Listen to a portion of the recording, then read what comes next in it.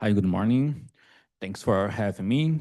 Thanks for this invitation. It's a great pleasure to be here. This talk is a collaboration between me, Guto, and Adriana Minor from a collection in Mexico. And in fact, this talk is the beginning of a collaboration among us. And in fact, I have to say that it's a work in progress. It's something that we started to work together now, and it's not only that for us, it's the beginning of a collaboration, but also nobody wrote about this history. So in fact, this is a no history that is the beginning that we in Latin America are trying to understand. And somehow we know aspects of this history. Easily we can do a list of great achievements and great names from Latin America, like our national hero Cesar Lattes, or if you talk with a Mexican, probably we'll talk about Manuel Sandoval Vallarta. And this beginning is associated to high energy physics because it was experts related to cosmic rays research, and because our history is connected to this field, because as probably you know, it's a field that you could do great experiences, but related for not so high instrumental aspects. But for us, the main question is how to talk about this history, not just talking for making a list of these achievements, but trying to understand more the connection between these countries in Latin America. So somehow what I will try to do is just to highlight some key moments that it was key moments for the integration in Latin America for high energy physics. And I will try to connect it with the general history of CERN. This last year, I was in a sabbatical in Denmark, so I was studying Niels Bohr's contributions to CERN. So I will try to connect to this history too, because there's some connection that's important for us. So, because when we talk about CERN, I know that for you, especially, it's one of the great experiments to understand nature. But when people created CERN, they also created maybe one of the greatest human experiments, because it's incredible to see how thousands of people can work together. It's the real Babel tour happening, because people from different cultures background working together. And somehow, because of that, this is what in sociology we say an example of big science in this sense, but also this idea that CERN is a space for collaborations. I know that, for example, when we are talking about an experiment in CERN, for example, if you are working ALICE, we can say, oh, my collaboration is, etc. So this word collaboration is a key word to talk about CERN. But so to say that CERN is a place for collaboration, it's not new, but for us to understand how to build collaboration, what kind of collaboration is possible in this space, it's an element important for this history, is part of this history. So this, I will take these three topics. I don't have much time, so it's short comments about these three topics. And when we talk about the history of CERN and the beginning of CERN, it's typical to connect that Paul was moment, in the moment that after the war, they were trying to create a common culture about Europe. It means that how to understand Europe more than a group of states, but something that there is in common. So they are trying to create this ideal that we can have a European culture, what's not so trivial to think. And in this moment, we will say that we will see that UNESCO is always important in this history, because in 48 they established that maybe we have to build European laboratories. In that moment, they were not thinking about nuclear physics, because nuclear physics in this moment, it was like a taboo. So after the war, to talk about the nuclear, I joined a group to work in nuclear physics. It was like a taboo. But in 1950, Isidoro Rabi was the one that, in a conference of UNESCO, proposed this European nuclear laboratory. It's important because Rabi was talking from the perspective of the America. He was there in this conference as someone represents the United States. So have like a foreign stand talking about, oh, it's good that through Europe they have to join efforts to work together. It was like a diplomatic path important to make it possible. And then Pierre Roger, the French scientist that probably you know about him, he was in charge to build effectively this place.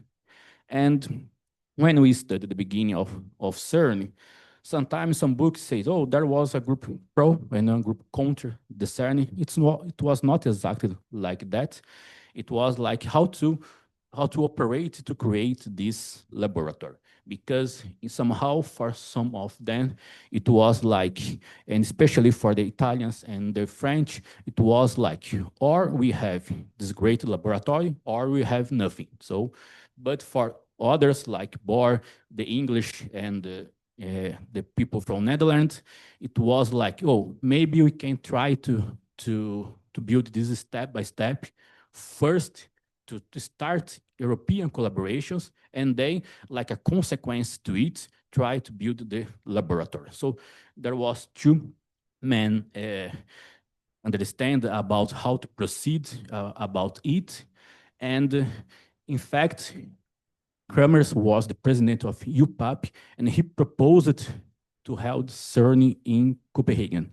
So we were very close to have CERN in Copenhagen and not in Geneva, as you know, because in this moment it was important to have the support of the English for the project, and Bohr really considered to be the main mentor of CERN, exactly because his experience in Denmark and building this kind of Center for Scientific Cooperation was important for it. And there was a lot of debate. As I said before, it's like not always very nice debates. There was some fight, let's say, because somehow people considered that Kramers was going too far, trying to steal the project from UNESCO. But, and in the end, as you know, it's sometimes in history, the people consider this the great fail of Bohr because he didn't get the CERN. But I will try to show that even though Bohr is much more present in the building of CERN, because when we take the founding document of CERN, we see that in the main purpose, this idea that CERN, it's not just a laboratory. CERN, it's like a diplomatic place where we can build collaboration, not only in particle physics, even though in other subjects. For example, after a couple of years, the foundation of CERN, they were working fusion physics, that is not particle physics. But, and when we read this document, that's clearly, oh, we have to build an accelerator. In fact, they wanted to build two preliminary accelerator, but it's clear that it was important to have working nuclear theoretical physics in build collaboration, and even though in cosmic rays, and all this is like the same program proposed by Bohr when we was in front of the group of theoretical studies that now is the Department of Theoretical Physics in CERN. And all this is in May 52. And this group worked in Copenhagen during 5 years until 1957. And what is important that what Bohr wanted to do, it was to put people together, to learning how to collaborate, and to learning to construct projects together to be able to conduct research in CERN. So, and in this context, this is the plan of his specific group that you can see that it's connected to the previous one. And even though in 52, he organized this great Congress where he put together a lot of people. This Congress is important because it's like two generations together because there was Bohr, there was Heisenberg, there was other debate in that, but there was also a new generation work there. There was, for example, Rosenfeld, but in that moment, Abraham Pais, that's a new guy, but Cecil Power, someone working much more in instrumentation, and they were together. Normally, if you have read something about history of particle physics, normally we talk about the Conference of Rochester, because the founding of high energy physics, the conference, it's the same year, but in this moment, they were debating in Copenhagen, and it's what is nice of this, why I'm trying to highlight, is the kind of practice that they were doing, in the sense that, oh, it's important to put people together to debate, to be able to work together. And when we see, and in the same moment, for example, we have some first of international schools. There's the beginning of the École de Physique de Rouge. There's the beginning of this, almost the same years is the beginning of the Fermi School. And I'm showing that because if you try to see what is happening in Latin America, it's the same movement. And we have a first moment of international collaboration. But in this moment, it was much more US based in supported by Rockefeller Foundation with some countries. For example, the second expedition of Compton in Brazil was here in Rio de Janeiro. And so, but we can see a new moment for Latin America when, for example, we did this symposium organized by the Academia Brasileira de Ciências, but also organized by UNESCO. And it was a moment that clearly what they wanted is to put the Latin America scientists in contact to the north. It means that US and especially Europe. So it's a way to connect Brazilian and the Latin America physicists to the world, let's say. And in this moment, so it was important because UNESCO had created this Center for Cooperation for Latin America. So UNESCO was part of it. And we can see here great name that was part of it, like Manuel Vallarda, the great Mexican scientist. But we can see here, for example, Raymond Herb, the one that after built the Peletron in USP, and Goldenberg, another from USP. David Bohm was here. Eugene Wigner was here because he's the former supervisor of Jaime Chomino. And for example, we can also see Donald Craster, another expert in accelerators in that field. And so we can see a great group working here. And this it's interesting because, for example, this conference was recognized. We have an article in Nature talking about this conference and connecting this that, oh, it's incredible that this conference happened after 1 month, then the conference of Copenhagen, and there's no new particles in this moment. It's that moment that there are a lot of new particles appearing, and there's this, and this is the moment where we also have a Latin American initiative when Cesar Latz and other colleagues built or turned the Chacautaya laboratory, a Latin American laboratory, and also UNESCO supporting this initiative.